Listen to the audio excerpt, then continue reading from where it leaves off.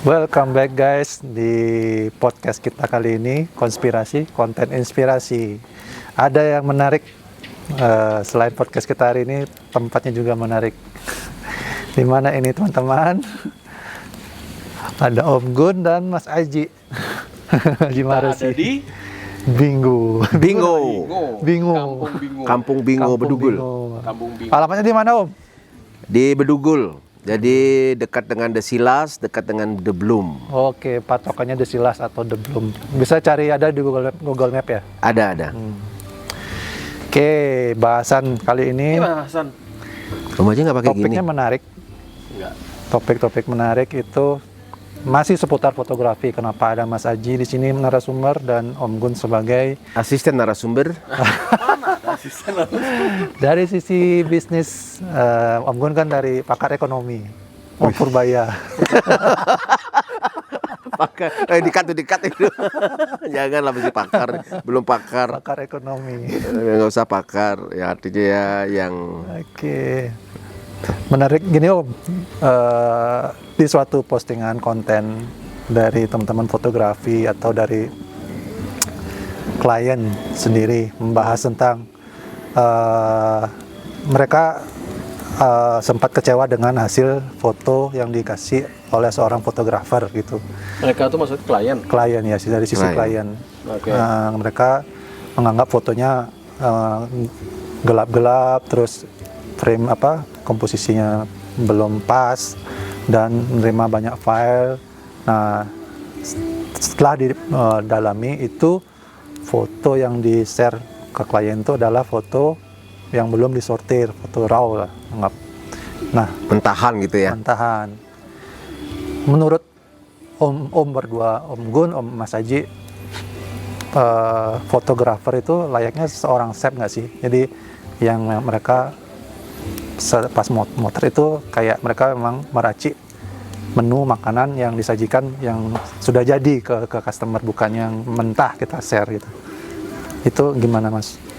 Pandangan Mas Aji sendiri sebagai profesional fotografer. Kalau sebagai fotografer sih pada intinya sebenarnya kalau misalnya kita motret, yang kita berikan itu kan masih file jadi yang file sudah editing. Iya. Dan sudah terpilih gitu, baik yang milih itu klien atau yang milih kita sendiri disuruh kan gitu. Jadi bebas aja. Nah, perihal hasilnya itu sendiri ya memang sudah tentu harus bisa dipertanggungjawabkan. Entah itu hasilnya bagus atau tidak, sesuai atau tidak kan begitu ya. Terus apakah dia raw file yang kita berikan? Saya rasa enggak sih sebenarnya gitu loh. Sebenarnya kita hanya memberikan file jadi entah itu dalam PNG, JPEG ataupun TIFF gitu kan. Karena tergantung file apa yang dia perlukan sebenarnya. Nah, ini menarik kebanyakan orang-orang kalau kita kan menganggap sebagai sebagai seorang fotografer kalau bilang file raw, format filenya itu raw. Sedangkan si customer kadang aku minta raw file ya, kayak oke, yang dia maksud foto mentah yang belum diedit. Itu pun bisa berupa foto JPEG ataupun format lain. Intinya belum ditouch up gitu.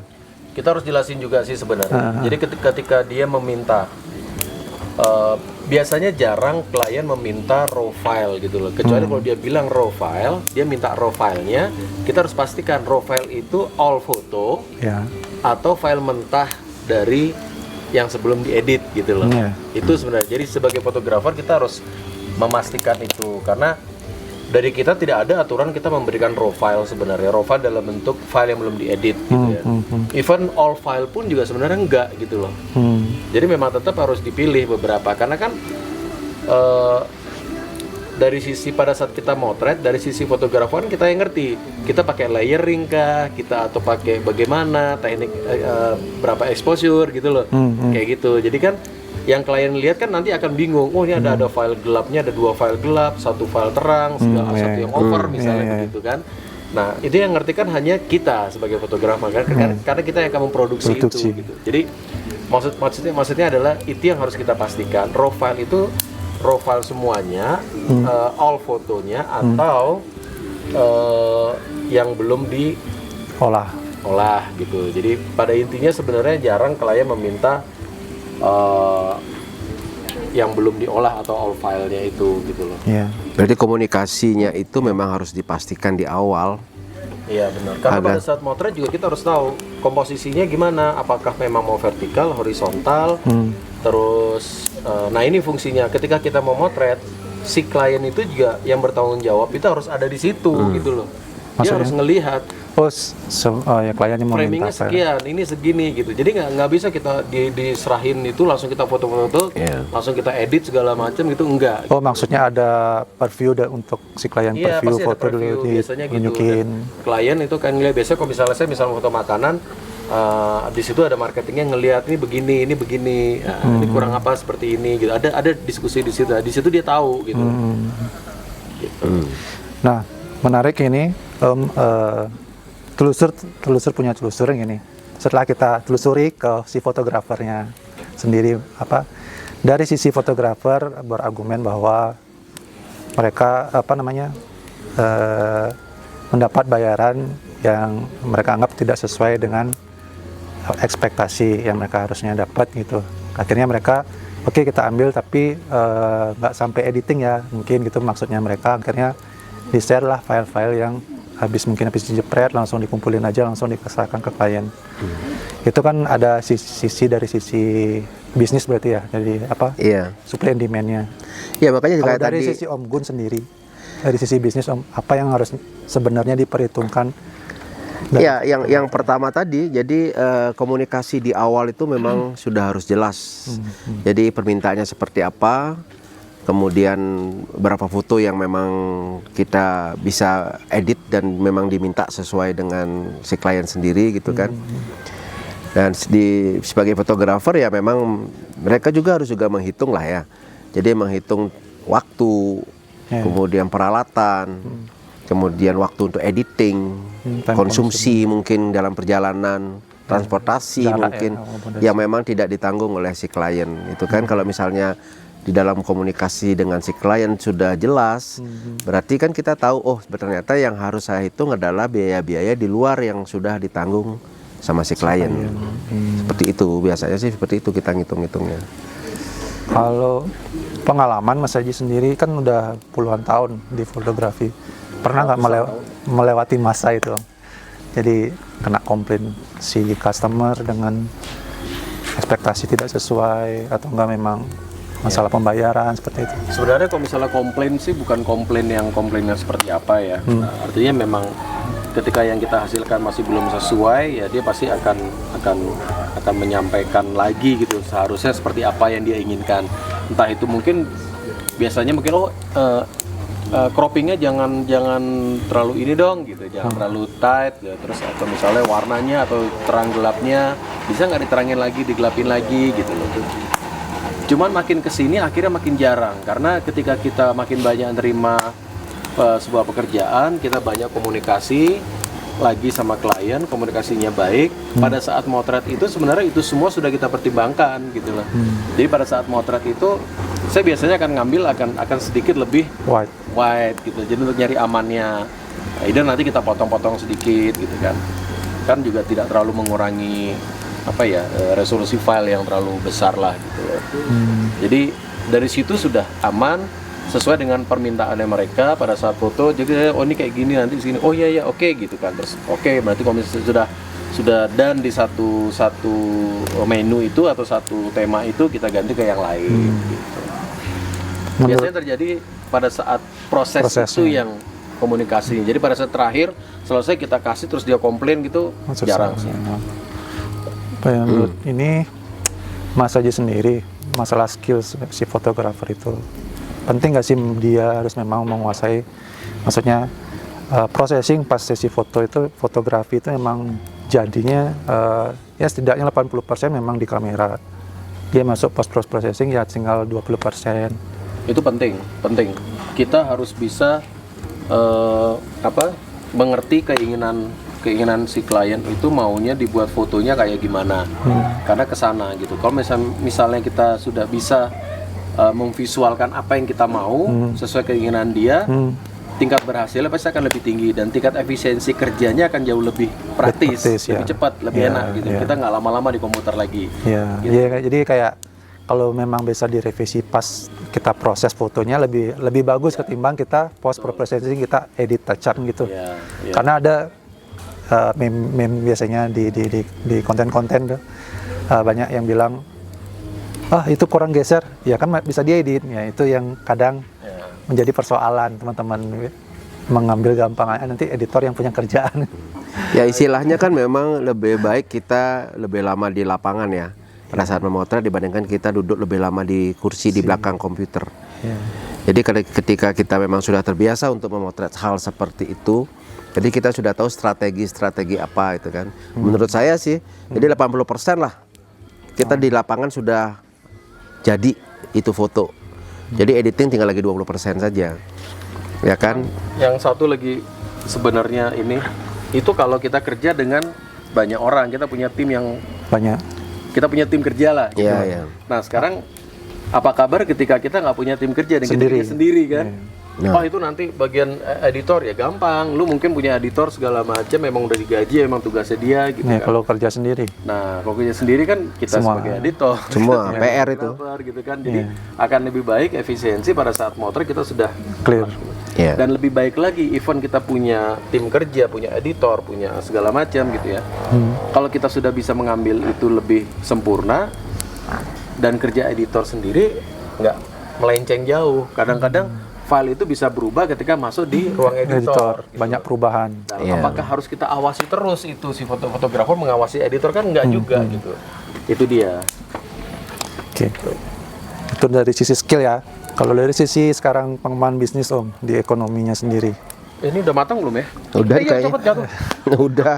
Ada nggak sih tips cara ngatur biaya biar sesuai, harusnya aku jualan segini nih, nggak terlalu murah, terlalu mahal. Iya. Kalau yang- secara teori gitu kan, kalau secara teori kan memang ada beberapa hal yang harus kita istilahnya hitung. Yang termasuk biaya-biaya misalnya kamera, peralatan lah. Peralatan, kemudian transportasi, waktu yang akan kita gunakan berapa lama untuk melakukan pekerjaan itu gitu kan. Tapi secara praktek kan tergantung sekarang begitu banyaknya juga pesaing-pesaing. Terus kita ada di mana di antara mereka itu semua? Apakah kita termasuk fotografer yang memang diperhitungkan di pasar, ataukah kita adalah seorang newbie? Ya kan, kalau misalnya kita sudah diperhitungkan oleh pasar bahwa kita mempunyai skill dan kita mempunyai sebuah kemampuan yang memang lebih dibandingkan dengan fotografer yang lain gitu kan, ya kita bisa menentukan harga kita secara istilahnya sendiri dengan sudah menghitung biaya-biaya itu tadi. Nah bagi seorang newbie kadang-kadang kan susah, makanya kita sering melihat teman-teman kita sampai istilahnya harga-harga fotografi itu ancur-ancuran juga, ya kan? Jadi mereka ingin dipakai, kemudian dengan hasil foto yang lumayan juga bagus gitu kan. Tapi mereka belum mau untuk istilahnya menentukan dirinya sendiri, menghargai dirinya sendiri. Jadi ya, let's say misalnya kayak foto prewedding lah, itu sampai ada dengan harga 1,5 juta, gitu kan. Udah termasuk makeup artis, sudah termasuk satu foto cetakan. Ya. Nah, kita kan jadi bingung menghitungnya seperti apa mereka, seperti itu gitu kan. Karena ke depannya kalau ketika si fotografer ini menjadi salah satu fotografer yang dicari oleh klien gitu kan, PR buat dia, karena belum tentu dia bisa mengerjakan itu sendiri ketika misalnya mendapatkan bookingan di dalam satu hari itu misalnya 2-3 bookingan. Ya, berarti harus ada cost manpower lagi. Harus ada, jadi harus menghitung juga gitu kan. Jadi ketika dia tahu, oh ini sesuai dengan budget saya pakai dia saja gitu kan. Nah, Ya, dia harus anggaplah pintar memanage. Dulu dia single itu fighter, edit dia sendiri, kan dia nggak hitung cost editing. Iya ya, Jika nggak dia itu. ada rame harus pakai editor, ya ada cost editor di situ. Betul. Kadang-kadang kan ada seperti ini. Misalnya ada orang yang memang dia merasa dirinya adalah seorang newbie ya, pingin bergelut ke profesional, yang istilahnya mereka mencari uangnya di situ. Jadi mungkin bisa jadi juga dia dengan melakukan pekerjaan ini di awal-awal, ya udahlah, saya jual murah dulu sampai saya mempunyai yang istilahnya nama gitu kan, saya dikenal. Nah setelah itu mereka akan mulai melakukan yang namanya positioning di situ, ya kan. Jadi kira-kira saya udah di mana nih sebagai seorang fotografer. di antara pesaing-pesaing yang banyak, apakah mungkin bisa jadi mereka sudah bisa melebihi yang sudah istilahnya punya pengalaman lebih banyak gitu kan. Ya di situ dia sendiri harus berhati-hati juga ketika memposisikan dirinya sendiri, lift up dirinya sendiri dari harga yang 1,5 juta misalnya menjadi ke harga 5 juta, 10 juta dan sebagainya. Itu kan mereka berpikir nih, kalau saya menjual dengan harga segini, jangan-jangan klien saya pada lari. Itu kan. Nah, segmen pasar kan dia penting juga, dia harus juga tahu siapa nih pasar saya. Apakah orang-orang yang biasa, atau ke orang-orang yang berduit, atau ke orang-orang yang tidak pernah mengenal yang namanya mungkin fotografi, yang cuma dia tahu, oh foto ini bagus, oh foto ini bagus, gitu kan. Dibandingkan dengan orang-orang yang sudah mengerti bahwa saya ingin punya foto seperti ini dengan lightingnya seperti apa, kemudian seperti apa, itu kan berbeda. Ya kan, karena masing-masing segmen pasar itu dari istilahnya yang saya bilang tadi, ya anggaplah sebuah contoh prewedding yang saya bilang tadi. Kadang-kadang kan ada orang, biar saya punya foto prewedding. Jadi ya udah, foto di studio pun bisa gitu kan, studio bisa, di luar pun bisa. Yang penting kan dia punya foto itu sesuai dengan keinginannya dia. Dan itu kan beda lagi cost-nya. Ya kan? Ya memang ya salah satunya ya mungkin kalau memang mulai menghitung-hitung cost, ya itu kayak tadi. Satu, dia harus berani menghitung waktunya dia. Misalnya per jam kira-kira berapa. Istilahnya gini, ketika saya meng-hire orang lain bekerja dengan saya, 1 jam saya bayar berapa? Atau satu apa istilahnya, pesanan itu berapa? Jadi dia hitung. Kemudian kalau alat misalnya, kadang-kadang kalau alat tuh dia punya sendiri kan agak susah dia menghitung. Nah, pakailah pembanding. Kalau saya menyewa dengan alat yang sama, dengan lensa yang akan saya gunakan seperti ini, berapa nih? Kurang lebihnya kan bisa dia tahu harganya seperti itu. Kemudian transportasi, konsumsi, minum dan sebagainya lah selama proses pengambilan foto itu sendiri. Nah, itu apakah ditanggung oleh klien ataukah kita sendiri? Nah, itu kan kita masukkan juga biaya-biaya seperti, sehingga muncullah sebuah biaya yang istilahnya secara kasar belum mendapatkan profit di situ. Nah, sekarang kita lagi menentukan berapa persen nih yang saya mau naikkan dari harga dasar ini, sehingga saya bisa mendapatkan baru ditambah baru ditambah. Jadi lagi berapa persen nih? Apakah 10, 20, 30, itu kan tergantung kita nih. Ya kan, seperti tadi lagi, ketika memang dia nanti memang benar-benar mau menggeluti yang namanya pekerjaan ini, kan dia lagi berinvestasi laginya. Dia lagi beli kamera lah, atau beli lensa lah, dan sebagainya yang artinya gear-gear yang dia butuhkan apa saja gitu kan. Nah, di situ kan dia harus menghitung. Kalau misalnya dia murah terus dia jual, kapan dia bisa beli kamera baru? Nah, kita ngelihat sekarang kamera-kamera sekarang harganya sudah gila-gilaan kan. Nah, itu mereka harus pintar-pintar menghitung, kemudian dia menempatkan dirinya sebagai seorang fotografer, mempromosikan dirinya sebagai fotografer yang memang benar-benar bisa memotret dan menghasilkan gambar yang sesuai dengan keinginannya klien. Kurang lebihnya begitu sih. Kalau dari sisi Mas Haji yang sudah berpengalaman, tipsnya Mas Haji membuat package foto itu seperti apa biasanya? Dulu itu hitungan saya sih sebenarnya sederhana. Saya mau untung berapa gitu aja udah. Itu dulu awalnya. Mengesampingkan dengan cost alat dan macam. Sebenarnya bukan mengesampingkan, justru susah menghitung itu gitu loh. Karena kita udah punya duluan barang itu. Karena kan gini ya, sebenarnya kelemahan kita seorang fotografer itu adalah kita ilmu ekonomi kita tuh kurang. Jujur gitu loh. Ilmu ekonomi kita kurang, ilmu manajemen kita kurang gitu. Karena memang kita tidak fokus pekerja di sana. seni, Karena kita bekerja seni dan akhirnya tidak semua dihitung dengan uang kan begitu. Nah, akhirnya ketika kita harus menghitung dengan uang, langsung kepikiran kira-kira kalau misalnya saya untung sekian cukup nggak ya gitu loh. Ke cover. Nah, itu saya jalanin dulu. Buat coba-coba buat harga segini gitu ya, buat harga 1 juta gitu, kira-kira untungnya berapa. Terus mulai di klien berikutnya coba saya dilihat-lihat juga kliennya kan, kira-kira kita bisa jual agak lebih, kita coba. Nah, kita pede dengan portfolio yang kita punya, dengan sistem kerja yang sudah kita lakukan, kita naikkan misalnya 1,5 gitu kan. Jadi untungnya lebih gitu, dari awal untung 500.000 akhirnya untung lagi 750.000 misalnya gitu. Seperti itu. Nah, kadang-kadang juga ada pas di klien ketiga mungkin akhirnya turun lagi.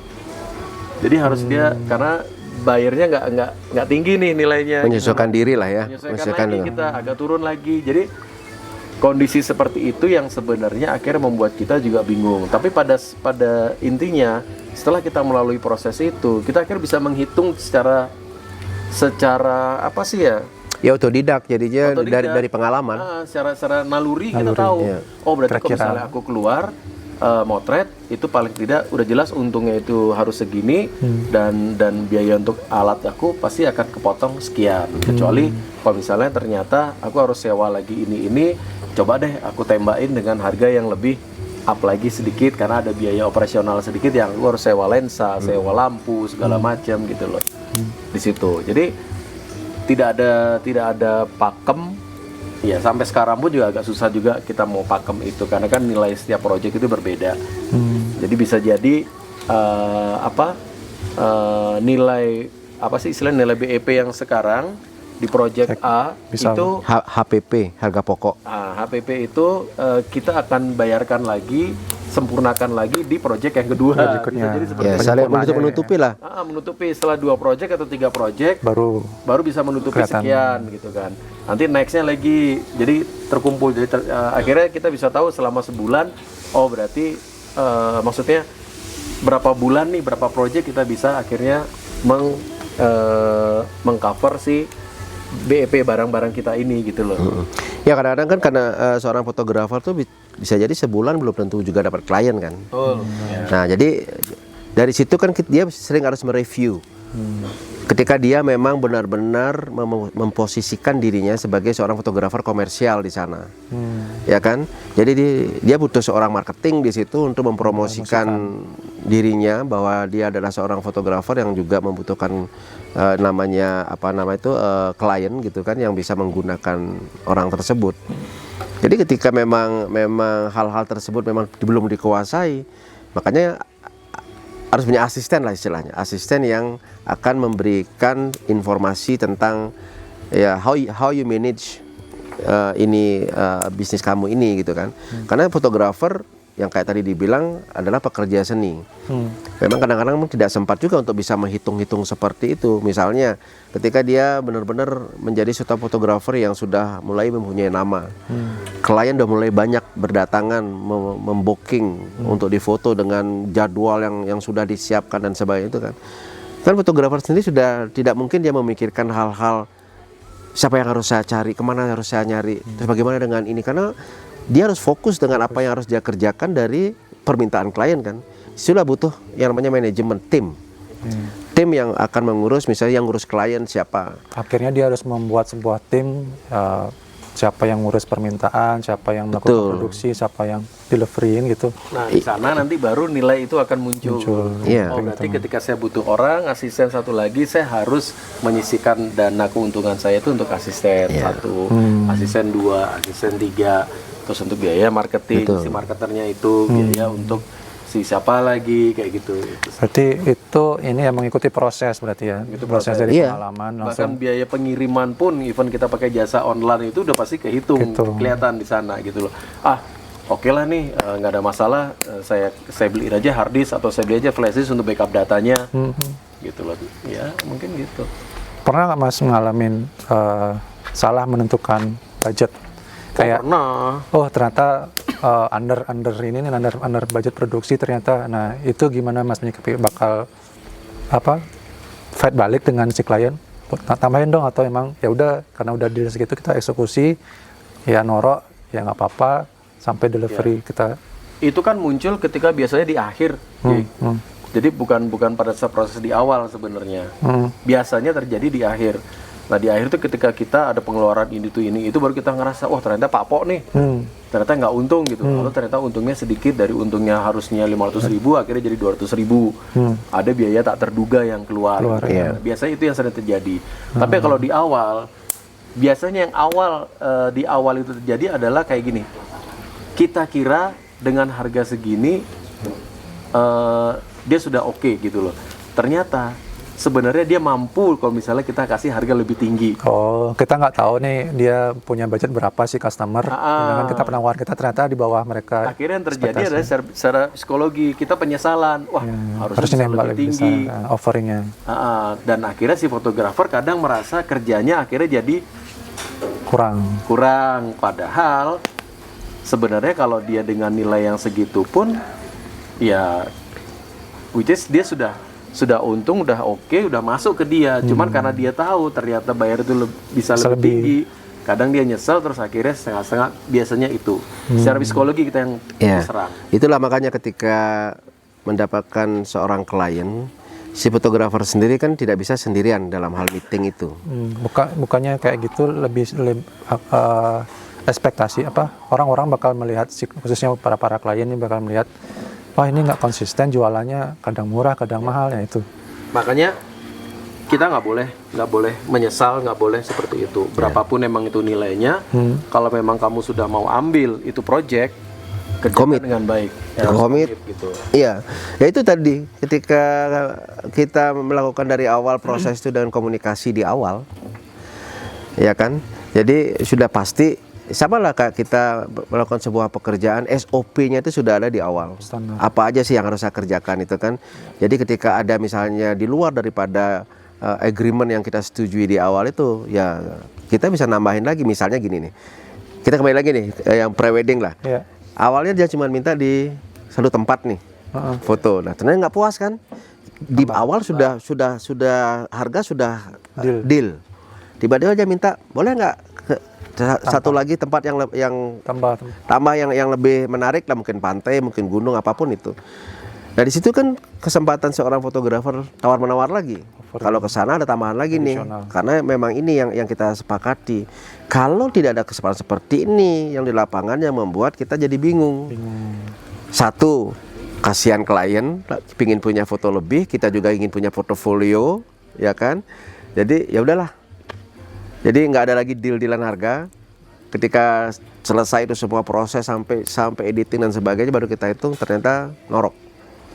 Ya, karena di awal memang tidak ada komunikasi yang betul-betul jelas.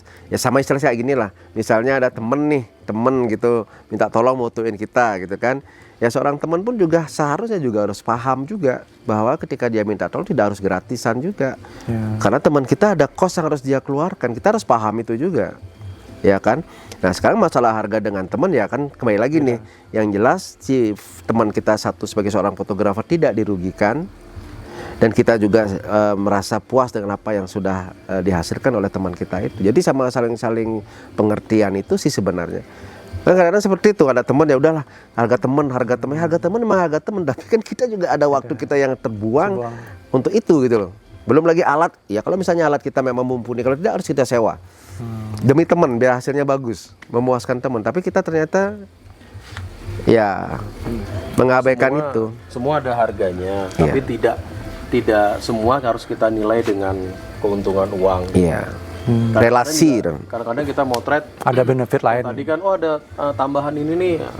Justru itu bisa muncul dari pihak klien atau sebenarnya muncul dari pihak si fotografer. Ketika ngeliat satu tempat bagus, di sini bagus kita foto ya, di sini juga gitu. Nah, atau kita ke sana sedikit, sebentar di sana tuh keren ininya. Itu kan sudah tema yang berbeda sebenarnya. Tapi si fotografer mau gitu loh. Ya nggak masalah, karena si fotografer juga mendapatkan. Jadi makanya tidak semua bisa dihitung dengan uang. Dia sudah mendapatkan portfolio yang bagus, sebuah ide kreatif yang oke, dan itu dinilai dari situ sebenarnya. Tapi kalau tempatnya berdekatan itu nggak masalah sih Om.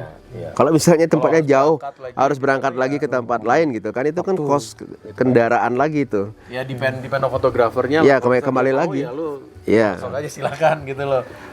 Cuman pada intinya kalau dari sisi bisnis sih, ya kita dari sisi bisnisnya nggak boleh seperti itu. Semua harus ada jelas. Profesional lah, artinya kita harus profesional memang. Kita kan itu berusaha. Jadi gini, saya juga waktu awal-awal itu saya freelance sendiri, gitu kan. Tapi gimana caranya supaya saya beranggapan saya itu punya kantor, saya adalah kantor. Jadi berarti udah visioner untuk memikirkan kedepannya ini apa yang harus saya Ya, perbuat. mulai dari buat quotationnya, kop suratnya harus bagus, bahasanya juga oke, tabelnya bagus, susunannya, terus cara masukin ke invoice-nya juga udah oke, udah ada logonya segala macam. Jadi just like office biasa lah gitu loh. Ya, Jadi, berarti kan pemikiran profesional bukan karena skill aja kan berarti. Oh enggak, dia mencakup kita semua, memanage belajar untuk itu. memanage. Itu aja sih. Jadi ya kalau kita melakukan itu, jadi mau nggak mau kita akan apa ya, lebih cepat menguasai sebenarnya. Jadi kalau ketika kita menghadapi klien, kita tahu harus bagaimana, harus Betul. gimana caranya bersikap, gimana caranya berbahasa segala macam gitu. Kan biasanya itu kalau ada sebuah agreement gitu kan, sebelum pemotretan ada istilahnya DP. Dia harus bayar DP bahwa tanda jadi, bahwa dia akan jadi di foto. Di situ kan tercantum tanggal-tanggal dan sebagainya. Menghindari misalnya tiba-tiba si klien batal datang di tanggal itu, minta mundur. Jadi udah lock. Ada klausa-klausa yang memang bisa dikomunikasikan kembali, misalnya seperti itu. Atau tiba-tiba dia batal. Kita sudah mempersiapkan semua, ya kan? Nah, DP ini bagaimana? Kalau tidak ada DP kan berarti kita hilang. Ya, rugi Karena waktu sudah. ya makanya kan artinya persiapan kita bisa berhari-hari, bisa berminggu-minggu, yang hilang percuma gara-gara tidak ada DP. Tiba-tiba klien membatalkan, atau ada lagi nih masalah, dia menanyakan ke kita tentang harga dan sebagainya, dapat harga dari kita, kemudian dia mencari fotografer lain, membandingkan istilahnya. Ini kan kita harus perhitungkan juga hal-hal yang tidak terduga nih. Tiba-tiba, oh kemarin dia sama saya, kok dia sekarang difoto sama orang lain. Kan ada, entah dia memang mencari harga lebih murah atau apa gitu, kita tidak paham lah itu kan. Tapi ini hal-hal seperti itu terjadi gitu. Terjadi di lapangan. Nah, bagaimana kita bisa mempersiapkan diri kita ketika akan yang terburuk lah kita pikirkan terdahulu. Atau misalnya tiba-tiba kamera kita hang. Dalam perjalanan kita cuma bawa satu kamera misalnya, hang. Nah, hal seperti itu bagaimana? Itu kan nggak bisa kita benar-benar antisipasi kan. Nah, itu kan perlu antisipasi, makanya perlu yang namanya asisten atau kamera lebih pada satu. Balik lagi ke itu tadi, kita ngitungin balik modal. Iya, Kan gitu. betul. Kalau memang hitung-hitung komersialnya kan memang begitu. sih. Berarti sebenarnya itu sebuah transaksi ekonomi atau di bisnis itu adalah pastinya itu adalah pertukaran value antara si customer dengan penyedia jasa gitu. Iya. Ketika ekspektasinya customer ketemu dengan jasa yang diberikan sesuai, itu bakal ada pertukaran value di situ. Betul. Aku sih mikirnya gini, kalau buat saya secara pribadi ya, ketika kita meminta DP, Ya. ataupun dia akan nanya kapan saya harus DP, itu sebuah sign, sebuah tanda Udah kalau mau deal. saling respect. Oke. Gimana caranya aku respect sama klien, dan gimana caranya Klien klien tuh akan respect dengan sama aku sebagai fotografer. Malah si klien kalau misalkan nggak diminta DP, malah harusnya was-was ya. Ntar diganti. Jadi sebenarnya aku harus DP berapa misalnya? Apakah 30%, apakah 50%, gitu kan? Apakah 70% gitu. Iya, nggak ada tanda jadi kan misalkan. Yang penting tanda jadi. Ketika dia melakukan tanda jadi, kita udah langsung berpikirnya, kita harusnya berpikir, oh kamu respect nih sama saya. Jadi sebenarnya ke sana. Jadi bukan hanya sekedar takut klien itu hilang atau kerjaan ini gagal gitu, enggak. Which is itu sudah pasti mungkin kadang-kadang kita berpikiran terburuk lah. Itu mungkin terjadi gitu loh. Tapi kan kita kan nggak mau. Tapi kita justru berpikirnya lebih dari itu. Oh, you respect nih gitu loh. Aku juga akan melakukan gimana caranya untuk menghargai kamu gitu, dengan cara apa gitu loh. Sama kayak tawar menawar. Oh gimana kalau misalnya harganya lebih kurang lagi, harus begini gitu kan. Oh harga saya sudah pas gitu. Kalau mau saya akan berikan satu lokasi tambahan. Ya itu Saya servis. akan memberikan, kalau ada menu tambahan lagi atau 2 menu nggak apa-apa, it's okay. Mendingan seperti itu gitu. Fair aja udah. Betul. Akhirnya kita tidak malu untuk ngomong seperti itu. Ya karena hitungannya itu kan sudah ke bisnis. Jadi tidak ada makan siang yang gratis sih sebenarnya. Iya. Jadi semua ya perlu biaya. Perlu biaya. Jadi seperti tadi saya bilang, seorang teman pun ketika dia minta tolong untuk difotoin atau membuat sebuah foto, ya tetap sama ngikutin prosedur itu. Kalau benar-benar ya kayak Om Taji bilang tadi, respect. Harga teman Saya kerja loh nih, kan saya kerja gitu loh. Ya kan dari komersial kan begitu. Saya kerja ya, saya harus melakukan ini dengan misalnya meninggalkan pekerjaan saya yang lain misalnya gitu kan. Ya itu kan ada harganya, bukan berarti semuanya memang tidak harus dihargai dengan uang sih. Karena ada momen di mana bahwa misalkan sekarang klien tuh beraneka macam, beragam macam ya konsepnya. Kayak ada yang hitung sekarang bahwa kan saya fotonya cuma sebentar cuma sejam gitu misalkan, kok harganya segini sama. Mereka nggak memperhitungkan, si klien nggak berpikir bahwa kalau sejam pun di foto itu kan harus prepare misalkan before waktu transport, ya 2 jam sebelumnya ada waktu yang kita kebuang, nggak mungkin bisa ngeblok di waktu yang sama untuk 2 pekerjaan sekaligus. Betul.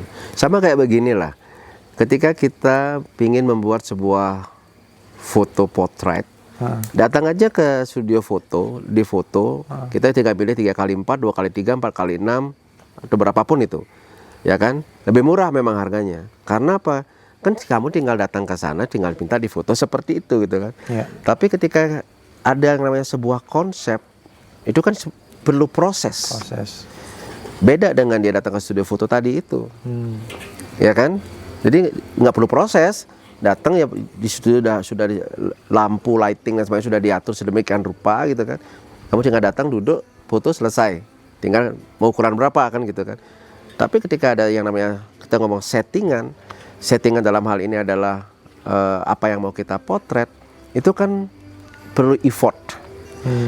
Ya kayak makanan misalnya, kita nyari sudut di mana yang menarik, backgroundnya, mejanya seperti apa, piringnya seperti, platingnya seperti kan sebagainya, itu kan proses. Ya kan? Kayak chef pun dia nggak cuma masak ya. Iya. Maksudnya dia memang harus melihat dari memikirkan bumbunya visual, apa, bahan-bahannya apa, kemudian selain rasa dia lihat. apakah kelebihan sayurnya kah, kelebihan garamnya kah, kan itu memang perlu artinya perlu dicoba. Kemudian kayak tadi itu, semakin sering kita melakukan hal ini, karena pengalaman mengajarkan kita bisa meningkat dari kemampuan kita dari pengalaman itu sendiri. Misalnya kayak Om Yita dibilang ya pernah norok lah gitu kan. Jadi kan harus kita review apa sih yang salah di proyek saya ini, kok saya sampai norok.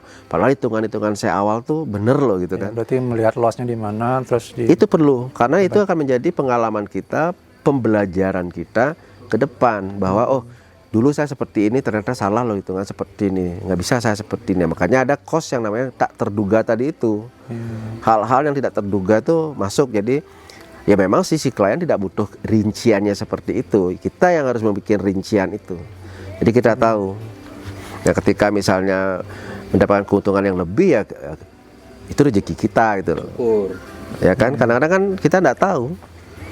Ya kayak Om Haji tadi bilang kan, misalnya ternyata si klien ini bisa bayar 10 juta loh misalnya seperti itu. Tapi saya kok nawarnya cuma 5 juta ya saya nawarkan ke dia itu kan. Nah ini kan perlu challenge. Berani untuk ketika Anda berani istilahnya nantang dengan harga tinggi, kelebihannya apa nih di situ? Apa yang harus saya berikan sehingga harga yang saya sampaikan itu sesuai dengan ekspektasi si klien itu sendiri, kan begitu. Jadi tidak mengada-ada harganya. Enggak mengada-ada, kan hitungannya ada jelas. Dari kadang di metodologi produksi pun sebenarnya kayaknya ada yang untuk perhitungan untuk efisiensi. Kayak kita ada yang orang menyebutkan yang 7 waste itu, kita menghilangkan waste yang sebenarnya apa yang nggak diperlukan, tapi tetap pas produksi kita ada misalnya ada pengulangan itu. Kayak anggaplah produksi foto misalkan pakai lampu nih. Sebenarnya kita untuk foto itu jadi perfect atau sempurna, itu biasanya kita sebenarnya perlu 3 lampu. Tapi karena kita costnya minim ya udah 1 lampu, tapi kita nanti di editing tambah lampunya digeser-geser, itu kan udah waste ya sebenarnya. Kita pindah itu waktu yang kebuang sebenarnya dalam secara itu kosong gitu. Nah itu sebenarnya juga kita perlu juga sikapi masalah teknik kita dalam mengambil Ya, kembali lagi tadi memanage manage waktu. waktu, memanage pekerjaan kita, kemudian memanage daripada orang-orang yang kita akan ajak kerja. Ya, berarti kan nggak cuma skill foto kan, manajemen secara Betul, secara keseluruhan. Contoh misalnya gini, besok nih kita akan ada project gitu kan. Nah, kita ngajak asisten nih. Sama asisten harus kita ngobrol kan. Besok kamu tuh ngapain, tugas kamu tuh ngapain. Apa yang boleh, apa yang tidak boleh, kan seperti itu. Dan si asisten mengerti, paham itu. Apalagi kalau asistennya itu adalah orang yang udah sering diajak, otomatis dia akan paham daripada fotografer, keinginan fotografer itu kan gitu. Nah, kalau orang-orang baru kan perlu dikasih tahu agar jelas. Dan itu membutuhkan yang namanya pengalaman. Kalau saya sih begitu. Oke. Jadi kayak saya beberapa kali ikut jadi asistennya Om Aji gitu kan, terutama di makanan gitu. Ya saya banyak belajar juga, oh ternyata walaupun tanpa pakai lampu, terus Om Aji sering geser-geser nyari apa ya, oh lightingnya ternyata ada di sebelah sana, oh ada shadow-shadow seperti ini. Secara nggak langsung saya belajar dan mencoba-coba juga, kemudian kayak oh makanan ini ternyata dari sini nggak bagus, digeser-geser lagi, diputar-putar lagi, atau ditambahin apa, dikurangin apa, kan seperti itu. Iya. Nah itu pengalaman. Kalau nantinya pun si asisten ini akan lari ke komersial dengan pengalaman yang dia miliki, itu kan membuat dia juga mempunyai value yang khusus, nambah value-nya. Berarti semua juga itu dilihat dari seiring dengan pengalaman yang sudah dilalui kan berarti. Betul.